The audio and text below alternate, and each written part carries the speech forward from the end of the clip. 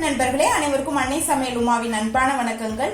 இன்னைக்கு அன்னை சமையல்ல பார்க்க போறது இட்லி தோசைக்கு சூப்பரான 2 வகையான தக்காளி சட்னிங்க. தக்காளி பூண்டு சட்னி, தக்காளி புதினா சட்னி. வாங்க எப்படி செய்யறதுன்னு பார்க்கலாம். முதல்ல தக்காளி புதினா சட்னி எப்படி செய்யறதுன்னு பார்க்கலாங்க. கடாயில தேவையான அளவு எண்ணெய், முதல்ல 2 டீஸ்பூன் உளுந்தம்பருப்பு,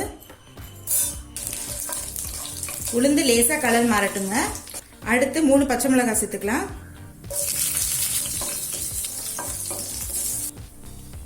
அடுத்து 2 தக்காளி சேர்த்துக்கலாம். இந்த புதினா சட்னிக்கு வெங்காயம் தேவை இல்லைங்க, விருப்பப்பட்டீங்கன்னா வெங்காயம் போட்டுக்கலாம். இப்போ தக்காளி நல்லா வதங்கிடுச்சுங்க.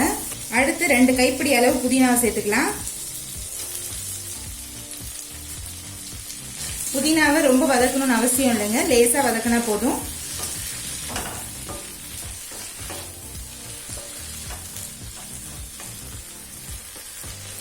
இந்த அளவுக்கு வதக்கினா போதுங்க. ஒரு சின்ன துண்டு இஞ்சி, 2 டேபிள் ஸ்பூன் தேங்காய் துருவல்,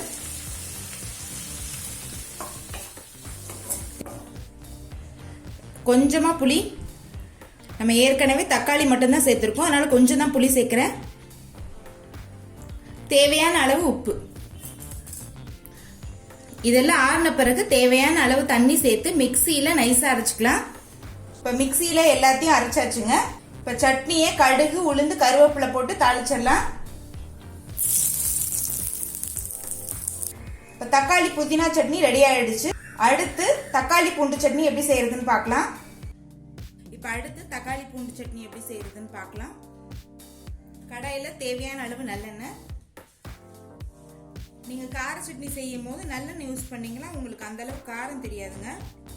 முதல்ல 8 காஞ்ச மிளகாய் சேர்த்துக்கலாம். ஸ்லோலே வச்சு மிளகாய் கலர் மாறாத மாதிரி வறுத்துக்கோங்க. 8 காஞ்ச மிளகாய் எடுத்திருக்கேன், நீங்க விருப்பப்பட்டீங்கன்னா கொஞ்சம் கம்மியா கூட போட்டுக்கலாங்க. அடுத்து 10 பல் பூண்டு சேர்த்துக்கலாம்.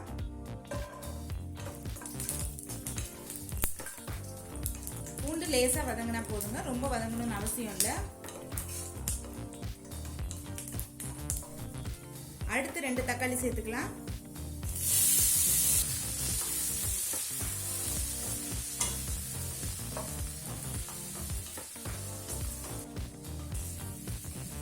தக்காளியை லேசா வதக்கினா போதுங்க, ரொம்ப வதக்கணும்னு அவசியம் இல்லை. தேவையான அளவு உப்பு. இதெல்லாம் ஆறின பிறகு தேவையான அளவு தண்ணி சேர்த்து மிக்சியில நைஸா அரைச்சுக்கலாங்க. இப்ப தக்காளி பூண்டு சட்னியை தாளிச்சிடலாங்க. கொஞ்சம் கடுகு, கொஞ்சம் உளுந்து, அடுத்து கொஞ்சம் கருவேப்பிலை சேர்த்துக்கலாம். இப்ப நம்ம அரைச்சு வச்சிருக்க சட்னி இதுல சேர்த்துக்கலாம்.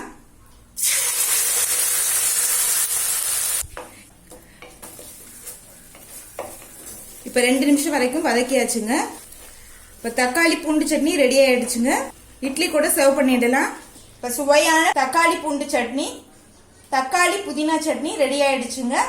ரெசிபியை ட்ரை பண்ணி பாருங்க, கண்டிப்பா உங்களுக்கே பிடிக்கும். ரெசிபி பிடிச்சிருந்ததுன்னா வீடியோவை லைக் பண்ணுங்க, கமெண்ட் பண்ணுங்க, ஷேர் பண்ணுங்க.